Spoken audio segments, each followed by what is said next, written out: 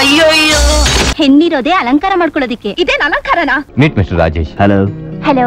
ಅವನ್ನ ಮದ್ವೆ ಆಗೋದಕ್ಕಿಂತ ವಿಷ ತಗೊಂಡ್ ಸಾಯೋದೇ ವಾಸಿ. ನೀನಂತ ಲಕ್ಷಣವಾಗಿರೋ ಹುಡುಗಿ ಸಾಯೋ ಮಾತಾಡ. 12 ವರ್ಷದಿಂದ ಇದ್ ನಾವು ಕಟ್ಟುವಾಗ ದುಬೈಲಿ ಇದ್ವಿ.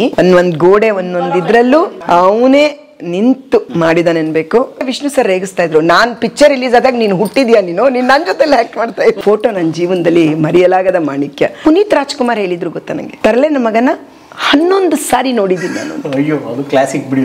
90s ಫೋಟೋಸು ಇದು. ಇವಾಗ ಬ್ಯಾಂಗ್ಳೂರ್ಗೆ ಬಂದಾಗ ಎಲ್ಲಾರು ನಿಮ್ ಸೀರೆ ಫೋಟೋ ಬೇಕು ಅಂದ್ರು, ಅದಕ್ಕೆ ಇವಾಗ ತೆಗ್ಸಿದ್ದು. ಒಂದು ಹೆಂಚಿನ ಮನೆ ಇರುವಂತ ಒಂದು ಸಿಂಪಲ್ ಕುಟುಂಬ ನಮ್ದು. ನನಗ್ ತಂದೆ ಇಲ್ಲ, ಎಲ್ಲೋ ಕನಕ್ಪುರದಲ್ಲಿ ಹುಟ್ಟಿ ಬಡ ಕುಟುಂಬದಲ್ಲಿ, ತುಂಬಾ ಬಡ ಕುಟುಂಬದಲ್ಲಿ 4 ಮಕ್ಕಳಲ್ಲಿ 3 ಟೈಮ್ ಊಟನೇ ಇಲ್ಲದೆ ಇರೋ ಒಂದು ಬದುಕಿಗೆ ಇವತ್ತು ನಾನೇ ಒಂದು 10 ಜನಕ್ಕೆ ಊಟ ಹಾಕೋ ಶಕ್ತಿನ ಭಗವಂತ ಕೊಟ್ಟಿದ್ದಾನೆ ಅಂದ್ರೆ ದೇವರ ಆಶೀರ್ವಾದ ಅಂತ. ಅದಕ್ಕೆ ಭಗವಂತ ಇಲ್ಲದೆ ಏನೂ ಇಲ್ಲ, ಅದನ್ನೇ ಹೇಳೋದು ನಾನು.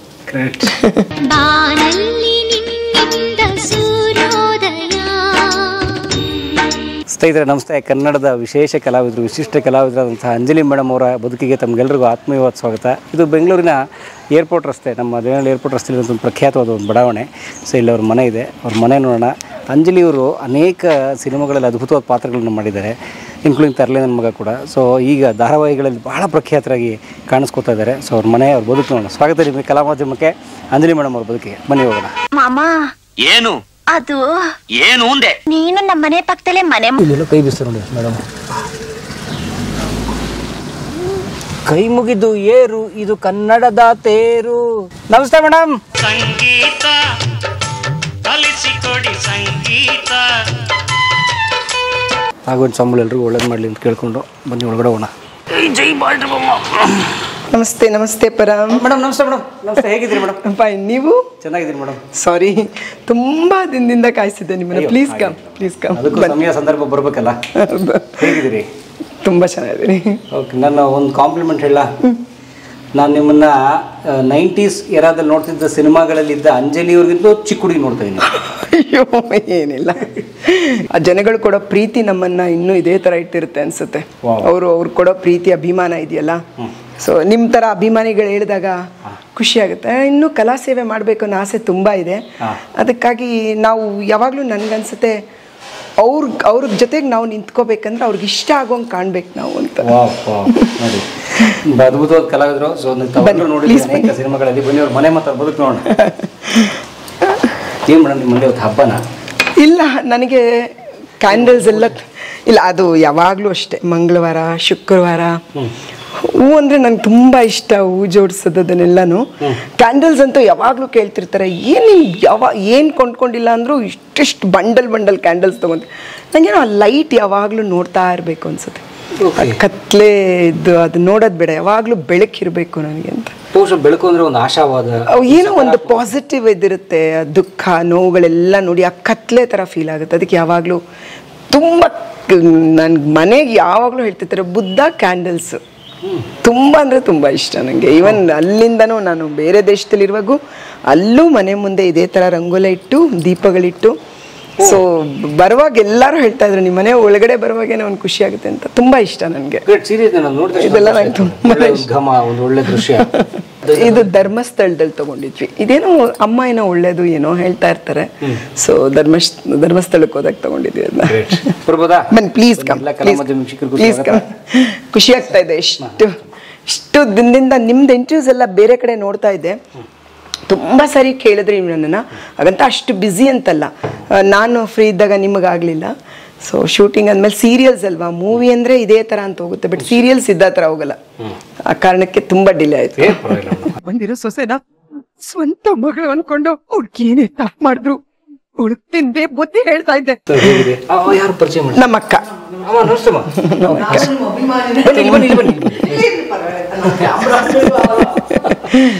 ನಾವು 4 ಜನದಲ್ಲಿ ಯಾರು ಸ್ಕ್ರೀನ್ ಮುಂದೆ ಬರಕ್ಕೆ ಯಾರು ಇಷ್ಟಪಟ್ಟಿಲ್ಲ.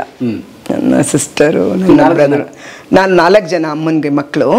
ಸೊ ನಾನು ಒಬ್ಳೆ ಅನ್ಸುತ್ತೆ ನಾನು ಈ ಇದ್ರಲ್ಲಿ ಇಷ್ಟಪಟ್ಟಿದ್ದ ಅಷ್ಟೇ, ಯಾರು ಇಲ್ಲ. ಅಂದ್ರು ನಾನು ಕಲಾವಿದೆ ಆಗ್ಬೇಕು ಅಂತ ಹೋಗಿದ್ದಲ್ಲ, ನಾನು ನಿಂತಿರೋ ಜಾಗಕ್ಕೆ ನನಗೊಂದು ಅವಕಾಶ ಒದಗಿ ಬಂದಿದ್ದು. ಹೇಳ್ತೀನಿ ನಿಮಗೆ ಮುಂದೆ. ಹುಡ್ಕೊಂಡು ಹೋದದ್ದಲ್ಲ? ಇಲ್ಲ, ಖಂಡಿತ ಇಲ್ಲ, ಯಾವತ್ತೂ ಇಲ್ಲ, ಗೊತ್ತೂ ಇಲ್ಲ. ಅಂಡ್ ಆ ಕುಟುಂಬದಲ್ಲೂ ಯಾರೂ ಇಲ್ಲ, ನಾನು ಹುಡ್ಕೊಂಡು ಹೋಗಿಲ್ಲ ಅದನ್ನ. ಎಸ್, ಅದನ್ನ ಇವರು ಖಂಡಿತ ಹೇಳ್ತಾರೆ. ಸೊ ಇಲ್ಲಿ ಬನ್ನಿ, ಕಲಾವಿದ್ರ ಮನೆ ನೋಡೋಣ. ಬನ್ನಿ.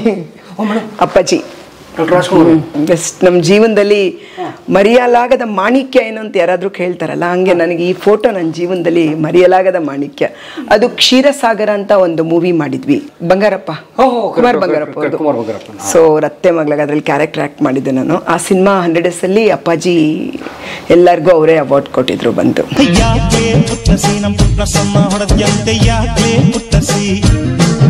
ಗ್ರೇಟ್, ಕ್ಷೀರಸಾಗರ ನೋಡಿ, ಅವಾಗ ನೋಡೋದು ಎಷ್ಟು ಚೆನ್ನಾಗಿತ್ತು ಅವಾಗ. ಅಂದ್ರೆ ಗಡಿಯಾರಲ್ಲಿ ಹೌದು, ಚಂದ. ಈಗೆಲ್ಲ ಈ ಒಂದು ಸೌಂದರ್ಯ ನೋಡೋಕೆ ಸಾಧ್ಯ ಇಲ್ಲ. ಈ 100 Days ಫಂಕ್ಷನ್ ನಡೆಯುತ್ತೆ, ಸಿನಿಮಾ ಹಿಟ್ ಆದಾಗ 100 Days ಹೋಗೋವರೆಗೂ ಸಿನಿಮಾ ಥಿಯೇಟರಲ್ಲಿ ಇರುತ್ತೆ ಅಂತಾನೆ ನನಗೆ ಗೊತ್ತಿಲ್ಲ. ಇವಾಗ ಒಂದು ಅವರು ಹಾಕಿದ ದುಡ್ಡು ಬಂದ್ರೆ ಬೇಕಾದ್ರೆ ಒಂದು 2-3 ವಾರದಲ್ಲೇ ತೆಗೆದ್ಬಿಟ್ಟು ಇನ್ನೊಬ್ರು ಪಿಕ್ಚರು. ಅವಾಗ ನಮ್ದು ಎಷ್ಟೋ ಸಿನಿಮಾಗಳು 100 Days ಆಗಿದೆ.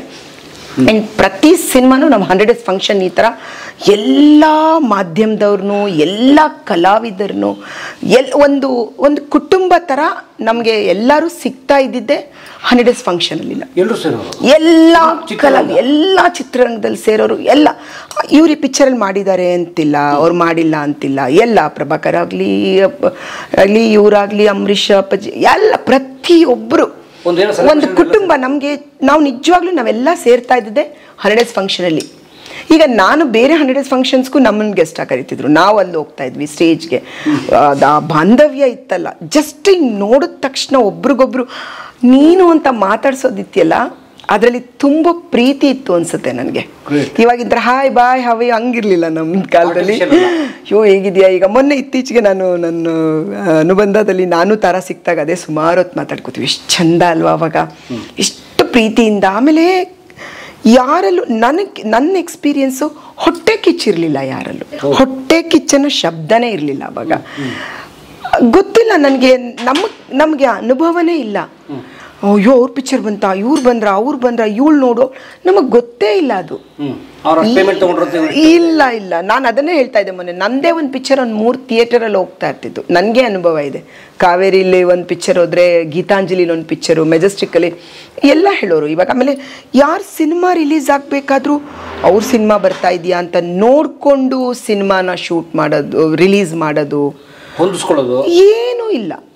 ನಾಳೆ ಅಂಬರೀಷ್ ಅವ್ರದ್ದು ಸಿನಿಮಾ ರಿಲೀಸ್ ಆದ್ರೂ ಫೈನ್, ಈ ಕಡೆ ವಿಷ್ಣು ಸರ್ ಸಿನಿಮಾ ರಿಲೀಸ್ ಆದ್ರೂ ಫೈನ್. ಫ್ರೈಡೇ ಬಂದಾಗ, ಶುಕ್ರವಾರ ಬಂದಾಗ ಆಗ್ತಿತ್ತು. ಇವಾಗ ದಿಲ್ ವೇಟ್ ಆ್ಯಕ್ಚುಲಿ ಯಾರ್ದು ಬಂದ್ಬಿಡುತ್ತೋ, ನಮಗೆಲ್ಲಿ ಹೊಡ್ತಾ ಬೀಳುತ್ತೋ, ನಮಗೆ ಲೇಟ್ ಆಗುತ್ತೆ. ಬಟ್ ಅವಾಗ ಅದೆಲ್ಲ ಇರಲಿಲ್ಲ. ಯಾಕಂದರೆ ನನಗೆ ಇಂಡಸ್ಟ್ರಿ ಲೈಕ್ 21 years ಆದಮೇಲೆ ನಾನು ವಾಪಸ್ ಬಂದು ಶುರು ಮಾಡಿದ್ದು. ಮೇ ಬಿ ಆ ಮಧ್ಯದಲ್ಲಿ ಸುಮಾರು ಚೇಂಜಸ್ ನಡೆದೋಗಿದೆ ಇಂಡಸ್ಟ್ರಿಲಿ.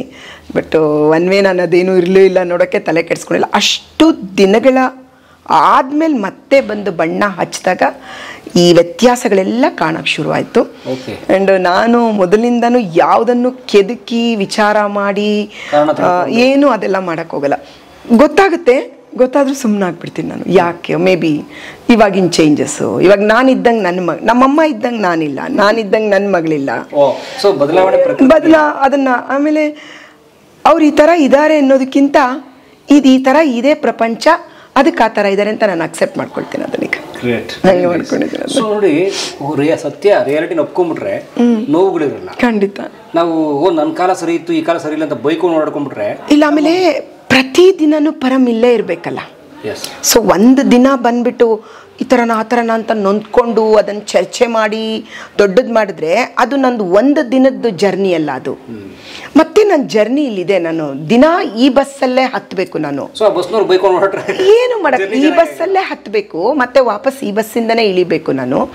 ಅದರಿಂದ ನಾನಾ ಥರದ ಪಾತ್ರಗಳು, ನಾನಾ ಥರದ ಜನಗಳಿದ್ದಾಗ ಆ ನಿಮಿಷಕ್ಕೆ ಬೇಜಾರಾಗುತ್ತೆ. ಕೆಲವ್ರನ್ನ ತಿದ್ದಣ ಅನಿಸುತ್ತೆ, ಕೆಲವ್ರನ್ನ ತಿದ್ದಕ್ಕಾಗಲ್ಲ. ಇಲ್ಲ ನಮಗೆ ಯಾರಾದರೂ ನಂದು ತಪ್ಪು ಅಂತ ಹೇಳಿದ್ರೆ ತಿದ್ಕೊಳ್ಳೋಣ ಅನಿಸುತ್ತೆ. ಇವಾಗ ನನಗೆ ಯಾರೋ ನೋಡಿದ ತಕ್ಷಣ, ಯಾರೋ ಒಂದು ಸೀರಿಯಲ್ ನೋಡಿದ ತಕ್ಷಣ ಹೇಳ್ತಾಯಿದ್ರು, ನೀವು ಫಸ್ಟ್ ಡೇ ಬಂದಾಗ ದುಬೈಯಿಂದ ಬೇರೆ ಬಂದಿದ್ದೀರಾ, ತುಂಬ ಆ್ಯಟಿಟ್ಯೂಡ್ ಇರುತ್ತೆ, ವಿಷ್ಣುವರ್ಧನ್ ಜೊತೆ ಆ್ಯಕ್ಟ್ ಮಾಡಿದ್ದೀರಾ ಅಂತೆಲ್ಲ ಅಂದ್ಕೊಂಡು ಮೊದಲನೇ ದಿನ ನೀವು ಬಂದಾಗ ನಾವು ಹಂಗೆ ಅಂದ್ಕೊಂಡ್ವಿ. ಬಟ್ 3ನೇ ದಿನ ಆಗ್ತಾ ನಾವು ಎಂಥ ತಪ್ಪು ಮಾಡಿದ್ವಿ ನಾವು ಅಂತ ಅಂದ್ಕೊಂಡ್ವಿ ಅಂತ ನನಗೆ ನನ್ನ ಜೊತೆ ಆ್ಯಕ್ಟ್ ಮಾಡ್ತಾರೆ ಅಮ್ಮನೇ ಹೇಳಿದ್ರು ನನಗೆ ಅದನ್ನು. ಸೊ ಹಂಗೆ ಎಲ್ಲನೂ, ಯಾಕಂದರೆ ನಮ್ಮ ದಾರಿ ಇದೆಯಲ್ಲ ಪರಮ್, ಅದು ತುಂಬ ಶ್ರಮದಿಂದ ಬಂದಿರೋ ದಾರಿ, ತುಂಬ ಕಷ್ಟದಿಂದ ಬಂದಿರೋ ದಾರಿ, ತುಂಬ ಇದರಿಂದ ಬಂದಿರೋ ದಾರಿ. ಅದರಿಂದ ಏನಾಗುತ್ತೆ, ಯಾವುದನ್ನು ಬೆಸ್ಟೇ ನೋಡಿಬಿಟ್ಟು ಚಿನ್ನ ಸ್ಪೂನೇನು ನಾವು ಹುಟ್ಟಿಲ್ಲ, ನಾವು ಬೆಳೆದಿಲ್ಲ, ಹೂವಿನ ಹಾದಿ ಅಲ್ಲ. ಇಲ್ಲ ಇಲ್ಲ ಇಲ್ಲ, ಮುಳ್ಳುಗಳ ಹಾದಿ ಅನ್ಬೇಕು. ಕಲ್ಲಲ್ಲ, ಕಲ್ಲಾದರೂ ಒಂದು ಸ್ವಲ್ಪ ಕಾಲು ಇಟ್ಬಿಡು, ಮುಳ್ಳುಗಳ ಹಾದಿಲಿ ನಾವು ಬಂದಿರೋದ್ರಿಂದ ಇಲ್ಲೆಲ್ಲೋ ಒಂದು ಚೂರು ಕಸ ಬಿದ್ದಿದೆ ಅಂದರೆ ನನಗೆ ದೊಡ್ಡದಾಗಿ ಕಾಣಿಸಲ್ಲ, ಅದನ್ನು ಕೈ ಮುಗಿದ್ಬಿಟ್ಟು ಇಟ್ಬಿಟ್ಟು ತಳ್ಬಿಟ್ಟು ಹೋಗ್ತೀನಿ.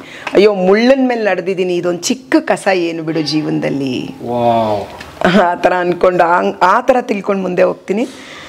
ಬಟ್ ಕಷ್ಟ ಇದೆ ಇವಾಗಿನ ಇಂಡಸ್ಟ್ರೀಲಿ, ಮನಃಶಾಂತಿಯಿಂದ ಕೆಲಸ ಮಾಡೋದು, ತುಂಬ ಒಳ್ಳೆಯವರಾಗಿ ಬದುಕೋದು ಇವಾಗಿರೋ ಇಂಡಸ್ಟ್ರೀಲಿ ಕಷ್ಟ ಇದೆ, ತುಂಬ ಕಷ್ಟ ಇದೆ. ಬನ್ನಿ ಮೊದಲು ಟೀ ಎರಡು ಎರ ಒಂದು ಗೋಲ್ಡನ್ ಎರ ನೋಡಿದರೆ 80s 90s ಗೋಲ್ಡನ್ ಎರ. ಸೊ ಈಗಿಂದ ಮಾತಾಡ್ತಿರ್ಬೋದು, ಬಹಳ ಮುತ್ತಿನ ಹೇಳಿದ್ನಲ್ಲ ನನ್ನ ಮಾಣಿಕ್ಯದಂಥ ಒಂದು ಫೋಟೋ ನೋಡಿ, ಅಣ್ಣ ಸ್ಮೈಲೇ ಒಂದು ಗೋಲ್ಡನ್. ಹೌದು ನಿಜ. ಚಂದಿರನ ಕಾಣದಿರುಳು ನೀನಿರದೆ ನನ್ನ ಬಾಳು. ಆ ಥರ ಅವಕಾಶಗಳೆಲ್ಲ ನಾನು ಎಷ್ಟೋ ಕಲಾವಿದರಿಗೆ ಹೇಳ್ತಿರ್ತೀನಿ, ನೀವು ಅಪ್ಪಾಜಿನ, ವಿಷ್ಣು ಸರ್ನಾಗ್ಲಿ, ಶಂಕರ್ನವ್ರಲ್ಲಿ ನೀವೆಲ್ಲ ಫೋಟೋದಲ್ಲಿ ಟಿ ವಿಲಿ ನೋಡಬೇಕು. ನಮಗೆ ಒಂದು ಯಾವ ಜನ್ಮದ ಪುಣ್ಯನೋ, ಆ ಸರಸ್ವತಿ ಆಶೀರ್ವಾದನೋ.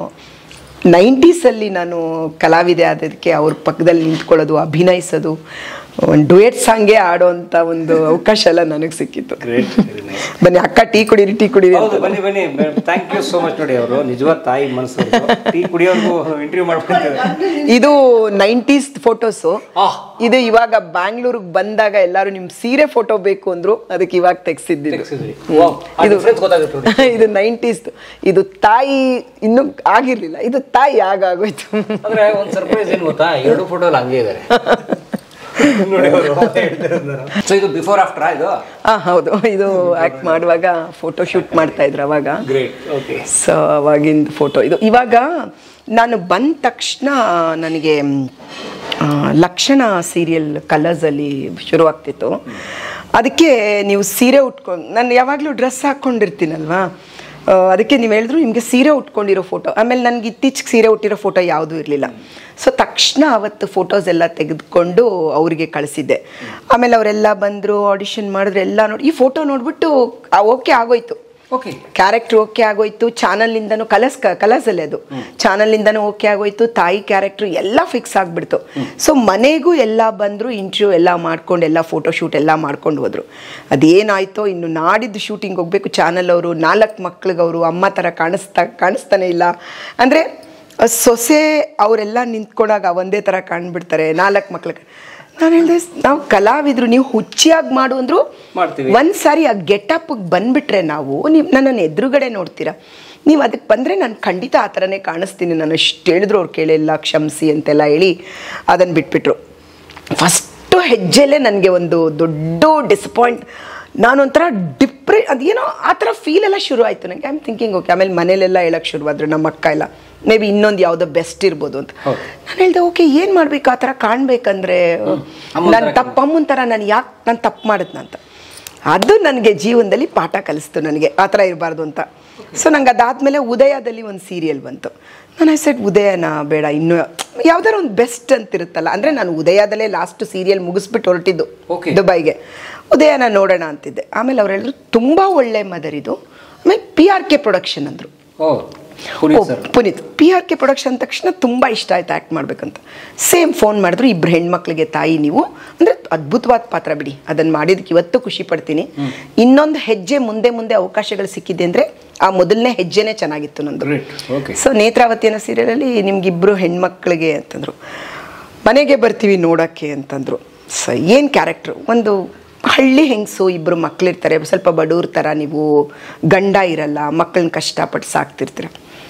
ಸರಿ, ಅವತ್ತಾಗಿತ್ತಲ್ಲ ಅನುಭವ, ಯೋಚನೆ ಇತ್ತು. ನಾನೇನು ಮಾಡಿದೆ, ಅವ್ರು ಬರೋಕ್ಕೆ ಮುಂಚೆ ಒಂದು ಹಳೇ ಕಾಟನ್ ಸ್ಯಾರಿ ಉಟ್ಕೊಂಡೆ, ಕೈಗೆಲ್ಲ ಒಂದು ಕೆಂಪುದು ಹಳೇದು ಸಾಣಿ ಬಳೆ ಅಂತಾರೆ ಅದು ಹಾಕ್ಕೊಂಡೆ, ಒಂದೇ ಒಂದಿದು ಮೇಕಪ್ ಎಲ್ಲ ಒರೆಸ್ಕೊಂಡು, ತುಟಿಗೇನು ಹಾಕ್ತೆ, ಸುಮ್ಮನೆ ಒಂದು ಜಡೆ ಹಾಕ್ಕೊಂಡು ಒಂದು ಮಲ್ಲಿಗೆ ಹೂವು ಮುಡ್ಕೊಂಡು ಒಂದು ಆ ಥರ ಮಾಡ್ಕೊಂಡು ರೆಡಿಯಾಗಿ ಅವ್ರು ಬರೋ ಟೈಮಿಗೆ ನಾನೇ ಹೋಗ್ಬಿಟ್ಟು ಬಾಗಿಲು ತೆಗೆದೆ.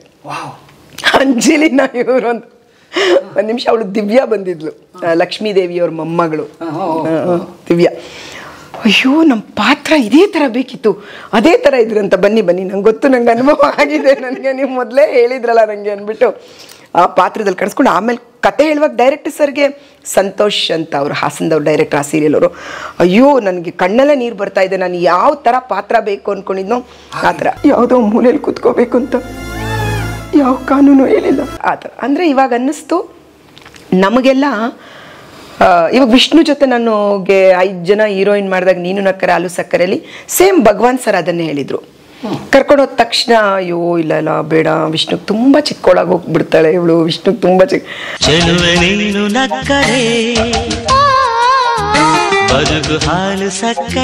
ನಾವು 5 ಜನದಲ್ಲಿ ನಾನು ಒಂದು ಹೀರೋಯಿನ್. ಹೆಣ್ಣಾದ್ಮೇಲೆ ಕಾಫಿ ಮಾಡದೇ ಇರೋಕ್ಕಾಗತ್ತಾ? ಅಂದ್ರೆ ಇದೇ ತರ ಕರ್ಕೊಂಡೋದಾಗ ಅವ್ರು ಚಿಕ್ಕವ್ರ ತರ ಆಗ್ಬಿಡ್ತಾರೆ ಅಂತಂದ್ರು. ಆಮೇಲೆ ಇಲ್ಲ ಅಂದ್ಬಿಟ್ಟು ಸೇಮ್ ಮೇಕಪ್ ಎಲ್ಲ ಮಾಡಿ ಡ್ರೆಸ್ ಎಲ್ಲ ಮಾಡಿದ್ಮೇಲೆ ಆವಾಗ ಅವ್ರಿಗೊಂದು ಸ್ವಲ್ಪ ಧೈರ್ಯ ಬಂತು. ಅದೇ ವಿಷ್ಣು ಸರ್ ರೇಗಿಸ್ತಾ ಇದ್ರು, ನಾನ್ ಪಿಕ್ಚರ್ ರಿಲೀಸ್ ಆದಾಗ ನೀನು ಹುಟ್ಟಿದ್ಯಾ, ನೀನು ನನ್ನ ಜೊತೆಲ್ಲ ಆಕ್ಟ್ ಮಾಡ್ತಾ ಇದ್ದೆ, ನಾವು ಹುಟ್ಟಿದ್ದೆ ಅಂತ ನಮ್ಮಮ್ಮ ಹೇಳ್ತಾ ಇದ್ರು. ನಾಗರಾವ್ ಪಿಕ್ಚರ್ಗೆ ಹೋಗಿದ್ದೆ, ನೀನು ಹೋಟೆಲ್ ಇದ್ದೆ, ನಾಗರಾವ್ ಪಿಕ್ಚರ್ಗೆ ಹೋಗಿದ್ದೆ ಅಂತ ನಮ್ಮಮ್ಮ ಹೇಳೋರು ಯಾವಾಗ್ಲೂ.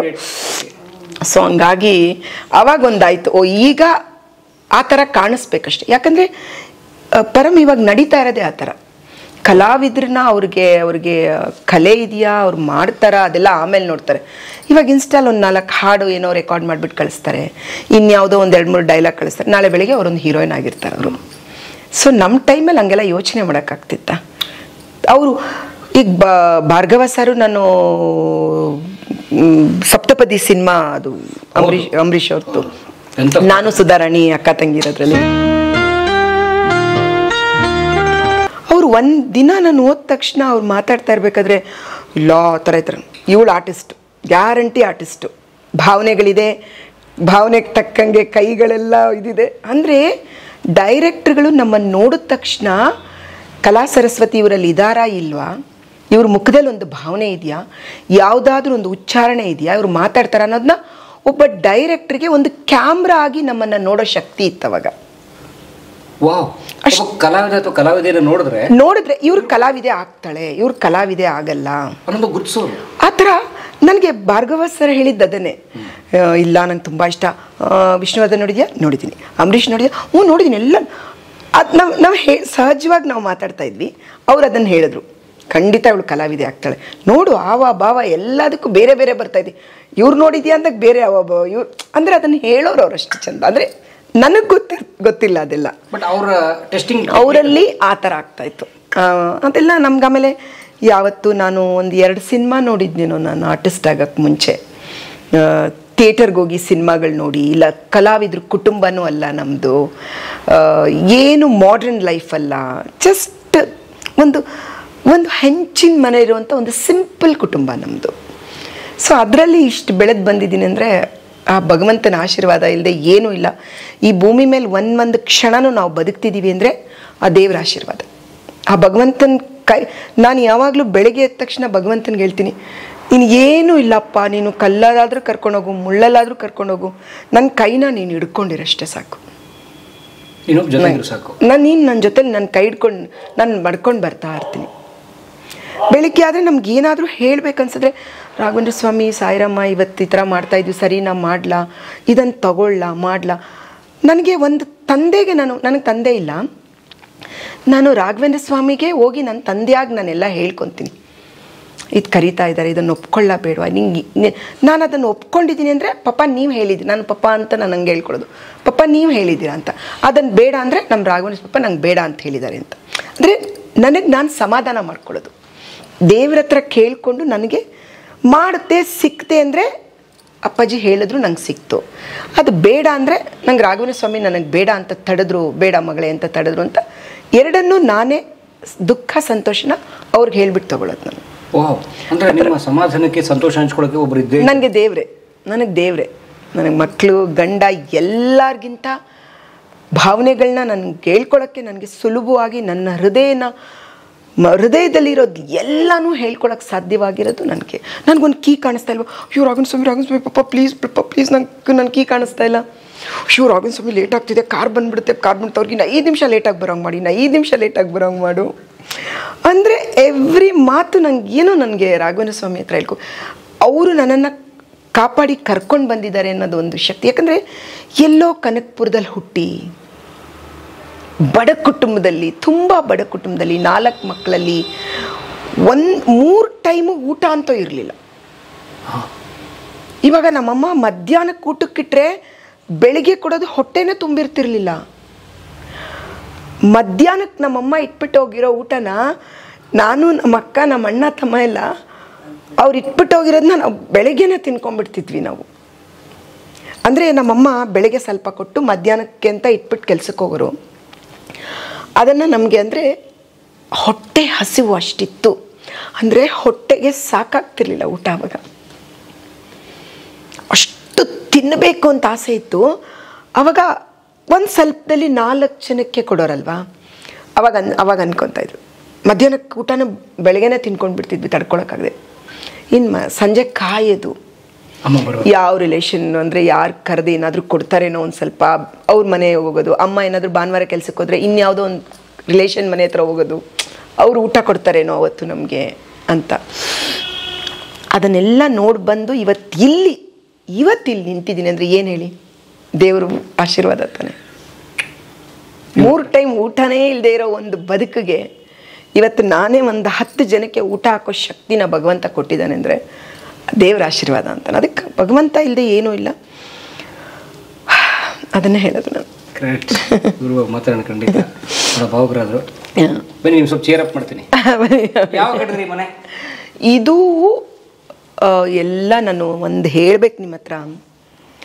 ಜನಗಳು ಒಬ್ರು ಕಲಾವಿದ್ರನ್ನ ಅವರೇ ಬೆಳೆಸಿರೋದು, ಅವರೇ ಉಳಿಸಿರೋದು. ಅವ್ರ ಮನೇಲಿ 4 ಜನ ಅವ್ರಿಗಿದ್ರೆ ನಾವು ಕಲಾವಿದರು ಎಲ್ಲನೂ ಅವ್ರ ಮನೆಯವರೇನೆ. ಆ ಅಭಿಮಾನ ಅವ್ರಿಗಿದೆ. ಕಲಾವಿದರು ಅಂದ ತಕ್ಷಣ ಅವ್ರನ್ನ ಅವ್ರ ಮನೆಯವ್ರ ಥರನೇ ತಿಳ್ಕೊತಾರೆ ಅವರು. ಬಟ್ ಖುಷಿ ಇದೆ ಅದ್ರ ಬಗ್ಗೆ, ನಮಗೂ ಖುಷಿ ಇದೆ. ಅಪ್ಪಾಜಿ ಏನು ಹೇಳಿದ್ದಾರೆ ಹೇಳಿ, ದೇವರುಗಳು ಅಭಿಮಾನಿಗಳೇ ನನ್ನ ದೇವರು ಅಂತ. ನಾನು ಈ ಕ್ಷಣಕ್ಕೂ ಅದನ್ನೇ ಹೇಳ್ತೀನಿ ಹೃದಯ ಮುಟ್ಟಿ. ಇವತ್ತು ನಾವೇನಾದರೂ ಬೆಳೆದಿದ್ರೆ, ನಿಂತಿದ್ರೆ, ಉದ್ಧಾರ ಆಗಿದ್ರೆ, ಇವತ್ತು ಗಂಜಿಯಿಂದ ಅನ್ನಕ್ಕೆ ಬಂದಿದ್ರೆ, ಬಸ್ಸಿಂದ ಕಾರಿಗೆ ಬಂದಿದ್ರೆ, ಅದೆಲ್ಲ ಅವ್ರು ಕೊಟ್ಟಿರೋ ಭಿಕ್ಷೆನೆ. ನಮ್ಮ ಸಿನಿಮಾಗಳನ್ನ ನೋಡಿ ನಮ್ಮನ್ನು ಬೆಳೆಸಿ ಉದ್ಧಾರ ಮಾಡಿರೋದು ಅವರೇನೆ. ಅವ್ರು ಕೊಟ್ಟ ಭಿಕ್ಷೆಲೇ ಇವತ್ತು ನಾವಿಲ್ಲಿದ್ದೀವಿ. ಸೊ ಇದೆಲ್ಲ ಇವತ್ತು ಏನಿದ್ರು ಅಪ್ಪಾಜಿ ಹೇಳಿದ ಮಾತಿನ ಪ್ರಕಾರನೇ ಇರೋದು. ಅವ್ರು ನಮ್ಮ ಸಿನಿಮಾ ನೋಡಿ ಅವರು ನಮ್ಮನ್ನು ಮೆಚ್ಕೊಂಡು, ನೀವೇ ಹೇಳಿದ್ರಿ ನೋಡಿ, ನನಗೆ ಈಗಲೂ ಎಲ್ಲರೂ ಶೂಟಿಂಗ್ ಇದ್ರೆ ಮೇಡಮ್ ನಿಮ್ಮದು ಒಂದು ಪಿಕ್ಚರ್ ಬಿಡ್ತಿರಲಿಲ್ಲ ಮೇಡಮ್, ನಾನು ಆ ಪಿಕ್ಚರ್ನ 10 ಸಾರಿ ನೋಡಿದ್ದೀನಿ, ಈ ಪಿಕ್ಚರ್ನ 3 ಸಾರಿ ನೋಡಿದ್ದೀನಿ. ಇವಾಗಿನ ಸಿನಿಮಾನ ಯಾರು ಹೇಳ್ತಾರೆ? ಪುನೀತ್ ರಾಜ್ಕುಮಾರ್ ಹೇಳಿದ್ರು ಗೊತ್ತಾ ನನಗೆ, ತರಲೆ ನಮ್ಮ ಮಗನ 11 ಸಾರಿ ನೋಡಿದ್ದೀನಿ ನಾನು. ಅಯ್ಯೋ, ಅದು ಕ್ಲಾಸಿಕ್ ಬಿಡಿ. ಅವ್ರು ಹೇಳಿದ್ರು ಅದನ್ನ. ಸೊ ಆ ಥರ ಯಾರು ಹೇಳ್ತಾರೆ ಈಗ ಪಿಕ್ಚರ್ಗಳನ್ನ? ಸೊ ಅವ್ರು ಕೊಟ್ಟಿರೋದೇ ದಾನ ಅನಿಸುತ್ತೆ ನಮಗೊಂದ್ಸರಿ. ಅವ್ರ ಬಗ್ಗೆ ಅದೇ ಆದ ಒಂದು ಪ್ರೀತಿ, ಗೌರವ ಎಲ್ಲ ಇದೆ. ಕೆಲವು ವಿಷಯಗಳಲ್ಲಿ ಆಚೆ ಈಚೆ ಬೇಜಾರಾದರೂ ಕೂಡ ಇರುತ್ತೆ ಅಂತ ಅಂದ್ಕೊಂಡು, ನಮ್ಮ ಅಣ್ಣ ತಮ್ಮ, ನನ್ನ ಬಂಧು ಬಳಗಕ್ಕೆ ಏನೋ ಬೇಜಾರಾಗಿದೆ, ಏನೋ ಹೇಳಿದ್ರು ಮಾಡಿದ್ರು ಅಂದ್ಕೊಂಡು ಹೋಗ್ತಾ ಇರ್ತೀವಿ ಅಷ್ಟೇ. ಇದು 30 ವರ್ಷದಿಂದ ಈ ಸೈಟ್ನ ಒಂದು 7 lakhs 8 lakhs ಕೊಟ್ಟು ತೊಗೊಂಡಿದ್ವಿ. 30 ವರ್ಷದಿಂದ ಸೈಟು. ನಾನು ಇಂಡಸ್ಟ್ರಿ ವರ್ಕ್ ಮಾಡ್ತಾ ಇದ್ದೆ ನಾನು. ಆವಾಗ ನಾವು ಇದು 1,80,000 ಇವ್ರು ಕೊಟ್ಬಿಟ್ಟು ಓನರ್ಗೆ ಇನ್ನು 5 ಲಕ್ಷನ ಲೋನ್ ತೊಗೊಂಡಿದ್ವಿ. ಆ ಒಂದು 8-9 ಲಕ್ಷನ 12 ವರ್ಷ ಸಾಲ ತೀರಿಸಿದ್ದೀವಿ ಸಿಂಡಿಕೇಟ್ ಬ್ಯಾಂಕಲ್ಲಿ. ಅಂದರೆ ಅವಾಗಿನ ದುಡಿಮೆನೂ ಅಷ್ಟೇ ಇತ್ತು ಬಿಡಿ, ದೊಡ್ಡ ಮಟ್ಟದ್ದೇನಂತಿಲ್ಲ. ನನಗೂ ಸಿಂಡಿಕೇಟ್ ಬ್ಯಾಂಕ್ಗೆ ಯಾವಾಗಲೂ ಒಂದು ಅವಿನಾಭಾವ ಸಂಬಂಧ. ಸಾಲದಲ್ಲಿ ಅಂದರೆ ಒಂದು ಕಾನ್ಫಿಡೆನ್ಸ್. ಅವ್ರು ನಂಗೆ ಕೊಡ್ತಾ ಇರ್ತಾರೆ ಲೋನು, ನಾನು ತಿಂಗಳು ಕಟ್ತಾ ಇರ್ತೀನಿ, ಅದೊಂದು ಧೈರ್ಯ ಇದೆ. ಸೊ ಆ ಧೈರ್ಯದ ಮೇಲೆ ಈ ಸೈಟ್ ತೊಗೊಂಡಿದ್ದು. ಆ ಬ್ಯಾಂಕ್ಗೆ ತುಂಬ ನಾವು ಕಸ್ಟಮರ್ ಯಾವುದೇ ಒಂದು ಇದು ಬಂದರು ಅಷ್ಟನ್ನು ತೀರ್ಸೋಕ್ಕೆ 10 ವರ್ಷ ಕಷ್ಟಪಟ್ಟಿದ್ವಿ ನಾವು. ಈ ಪೇಪರ್ ಅಂದರೆ ಯಾರಾದರೂ ಈ ಮನೆ ಸೈಟ್ ತೊಗೊಂಡಿದ್ರಂತೆ, ಸುಮ್ಮನೆ ರೀ ಪೇಪರ್ ಬ್ಯಾಂಕಲ್ಲಿದೆ, ನಮ್ದಲ್ಲ ಸೈಟ್. ಪೇಪರ್ ನನ್ನ ಮನೆಗೆ ಬಂದ ದಿನ ಸೈಟ್ ನಂದು ಅಷ್ಟೇ. ಬಟ್ ನಾನು ಈ ಸೈಟ್ ತೊಗೊಂಡಾಗ ನಿಜ ಹೇಳ್ಬೇಕಂದ್ರೆ, ನಿಮ್ಮ ಮೇನ್ ರೋಡಿಂದ ನೋಡಿದ್ರು ಅಂದರೆ ಇದು ತೋಟ ಇತ್ತು ಅವಾಗ. ತೋಟ ಅವಾಗೆಲ್ಲ ಅಲ್ಲೆಲ್ಲೋ ಒಂದು ಮನೆ ಇತ್ತು, ಇಲ್ಲೆಲ್ಲೋ ಒಂದು ಮನೆ ಇತ್ತು, ಆ ರೋಡಲ್ಲೆಲ್ಲೋ ಒಂದು ಮನೆ ಇತ್ತು. ಇನ್ನು ಸ್ವಲ್ಪ ಜನ ಎಲ್ಲ ನೀಲಗಿರಿ ಇದು ಇದಿದೆಯಲ್ಲ ಅದನ್ನೇ ಬೆಳ್ಕೊಂಡಿದ್ರು ಎಷ್ಟೋ ಜನ. ಆ ಥರ ಇತ್ತು ಎಲ್ಲ. ನಾನು ತೊಗೊಂಡಾಗ 30 ವರ್ಷದಿಂದ ಹಂಗೆ ಇದ್ದಿದ್ದು ತುಂಬ ನಿಮ್ಗೆಲ್ಲ. ಆಮೇಲೆ ಯಾರಾದರೂ ಯಾಕೆ ನೀವು ಹೋಗಿ ಅಲ್ಲಿ ತೊಗೊಂಡಿದ್ದೀವಿ ಅಷ್ಟು ದೂರ ಅನ್ನೋರು. ಬಟ್ ಅದಾದಮೇಲೆ ನಾನು ಗಂಗೆನಳ್ಳಿಲಿ ಒಂದು ಚಿಕ್ಕ ಮನೆ ಇತ್ತು ನಮ್ಮದು, ಗಂಗಾನಗರದಲ್ಲಿ. ಅದು 12 ವರ್ಷ ಆಯ್ತಾ ಇದು 12 ವರ್ಷದ ಹಿಂದೆ ಅದನ್ನು ಮಾರಿದ್ವಿ ನಾವು ಒಳ್ಳೆಯ ಅಮೌಂಟ್ಗೆ ಮಾರಿ ಆ ಮಾರಿದ್ದ ದುಡ್ಡಲ್ಲಿ ಅಂದರೆ 12 ವರ್ಷದಿಂದ ಇದು ನಾವು ಕಟ್ಟುವಾಗ ದುಬೈಲಿದ್ವಿ ಅಷ್ಟೊಂದೇನು ನಮಗೆ ಮಾಡ್ರನ್ ಆಗೆಲ್ಲ ಕಟ್ಟಕ್ಕೆ ಏನು ನಮ್ಗೆ ಗೊತ್ತಾಗಿಲ್ಲ ಅಂದರೆ ನಮ್ಮ ಅಣ್ಣ ನಿಂತು ಆವಾಗ ನಮ್ಮ ಅಣ್ಣನೇ ಇದನ್ನು ನಿಂತು ಒಂದೊಂದು ಗೋಡೆ ಒಂದೊಂದು ಇದರಲ್ಲೂ ಅವನೇ ನಿಂತು ಮಾಡಿದಾನೆನ್ಬೇಕು. ಬಾಗಿಲು ಯಾಕೆ ಹಾಕ್ದೆ? ನಿನ್ನ ರೇಪ್ ಮಾಡಕ್ಕೆ.